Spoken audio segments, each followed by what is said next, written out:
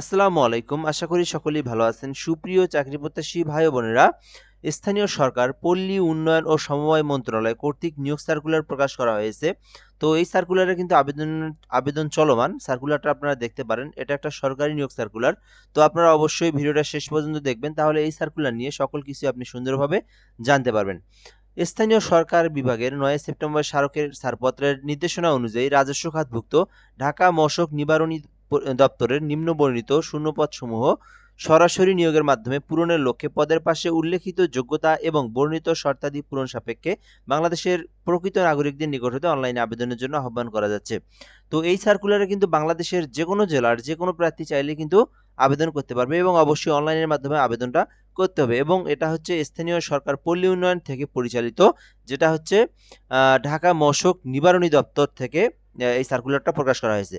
তো আপনারা অবশ্যই শেষ পর্যন্ত দেখবেন। ১ নম্বরে আছে হিসাব রক্ষক ১৬ গ্রেডের একটি পদ আছে।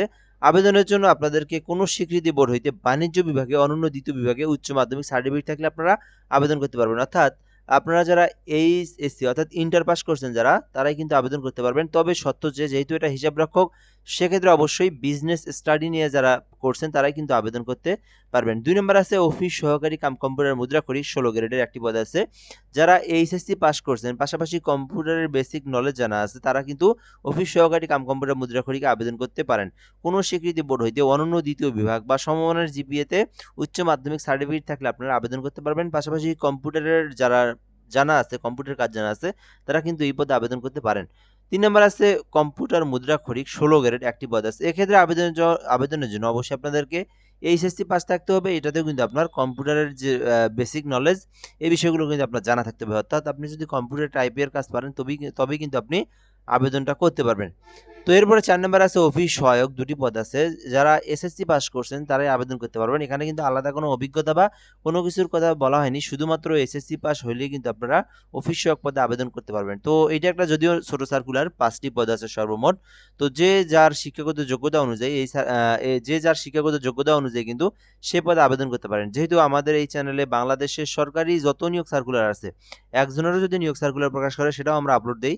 যেহেতু সকল সার্কুলার আমরা আপলোড দিয়ে থাকি, সেই কারণেই কিন্তু ছোট হোক বড় হোক সকল সার্কুলার আমরা আপনাদেরকে দিয়ে থাকি। তো আরেকটা কথা বলি, আপনি যদি আমার এই চ্যানেলে নতুন দেখে থাকেন অবশ্যই সাবস্ক্রাইব করে রাখবেন। বাংলাদেশের সকল সরকারি নিয়োগ সার্কুলার এই চ্যানেলের মধ্যে আপনি পেয়ে যাবেন ইনশাআল্লাহ। তো এই সার্কুলার আবেদনের জন্য ১৮ থেকে ৩২ বছরের মধ্যে হতে হবে। ৩২ বছর প্লাস হলে কিন্তু আপনি আবেদন করতে পারবেন না। আচ্ছা, এখন আমরা দেখব এখান থেকে আবেদনটা শুরু হয়েছে ২০শে নভেম্বর, যেটা কিন্তু ডিসেম্বর মাসের ১৯ তারিখ পর্যন্ত চলমান থাকবে। যারা আবেদন করবেন অবশ্যই ডিসেম্বর মাসের ২০ তারিখ পর্যন্ত সময় আছে, ১৯ তারিখ পর্যন্ত সময় আছে। অর্থাৎ আর মাত্র ২-৩ দিন সময় আছে, ৩ দিন সময় আছে। এই ৩ দিনের মধ্যে কিন্তু আপনাদেরকে এই সার্কুলারের অ্যাপ্লিকেশন করতে হবে। আচ্ছা, এখন আমরা দেখব কিভাবে আপনারা অ্যাপ্লিকেশন করবেন এবং ফি জমা দিবেন। তো এখান থেকে dmco.teletalk.com.bd এই ওয়েবসাইটের মাধ্যমে আপনাদেরকে প্রবেশ করে অ্যাপ্লিকেশনটা করতে হবে, অথবা চাইলে আমাদের মাধ্যমে করে নিতে পারেন। আমরা কিন্তু বাংলাদেশের যেকোনো সরকারি চাকরির আবেদন করে দেই অনলাইনের মাধ্যমে। সো আপনি হোয়াটসঅ্যাপে আপনি বলবেন কোন সার্কুলারে আবেদন করবেন, এসএমএস দিবেন হোয়াটসঅ্যাপে আমাদের এই নাম্বারে। সো আপনি বলবেন, আমরা কিন্তু আপনাকে অ্যাপ্লিকেশনটা করে দিয়ে একদম সুন্দরভাবে নির্ভুলভাবে অ্যাপ্লিকেশন করে দিয়ে আপনাকে যে অ্যাপ্লিকেশন কপি যেটা, সেটা কিন্তু সঙ্গে সঙ্গে পাঠিয়ে দেবো। তো চাইলে 017758303112 এই নাম্বারে হোয়াটসঅ্যাপে এসএমএস করে আবেদনটা করে নিতে পারেন। আচ্ছা, তারপর যদি আমরা দেখি আবেদনের যে কত টাকা ফি জমা দিতে হবে, তো আপনারা জানেন প্রতিটা আবেদন কিন্তু গ্রেড অনুযায়ী ফি প্রদান করতে হয়। তো এখানে ১৬ গ্রেডের যেহেতু সার্কুলার, তো ১, ২, ৩ এই ৩টা হচ্ছে ১৬ গ্রেডের। তো এই ৩টা আবেদনের জন্য ১১২ টাকার ফি প্রয়োজন হবে, সরকারি ফি। ২টা এসএমএস সহ ১১৮ টাকা। তো নিজেরা যদি আপনারা পেমেন্ট করেন সেক্ষেত্রে ১২০ টাকা টেলিটক সিমে রিচার্জ করবেন।